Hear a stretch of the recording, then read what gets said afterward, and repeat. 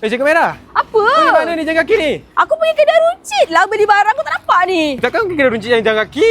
Mestilah aku pergi kedai runcit jalan kaki. Kau tak nampak tu kereta aku kat situ? Rumah aku kat sini je. Rumah kat situ? Besar-besar tu je rumah untuk dia sewa. Kat sini je lah. Manalah aku mampu nak duduk apartment. Selama ni aku duduk rumah ni seorang-seorang. Sebab kat dalam kawasan ni, dia disediakan 2 bilik. Lagi satu disediakan katil dengan almari. So memang komplit kalau korang duduk kat dalam ni. Kalau korang masuk, ada sinki, ada peti sejuk, ada macam-macam lagi lah dalam ni. Selesa, bersih, luar. Untuk student-student yang nak duduk sini pun aku galakkan lah. Sebab depan UTHM je weh. U-turn dia dah sampai. Jalan kaki pun sampai tau. Lagi satu kau tengok, bawa kereta macam ni kalau kena curi, naya kot. Nasib baik dekat sini full CCTV. Tau, dekat depan tong sampah tu pun ada CCTV tau. Benda yang aku paling suka duduk kat sini, Raya Station. Bila korang dah basuh baju, korang pergi dry je kat situ. Senang je kan? Siapa-siapa yang berminat lah. Korang bagi tahu Cikgu Maira tengok. Sesian dah duduk seorang-seorang, tak ada teman. Rasa berminat untuk perempuan saja, lelaki dilarang. Sebab lelaki dilarang masuk.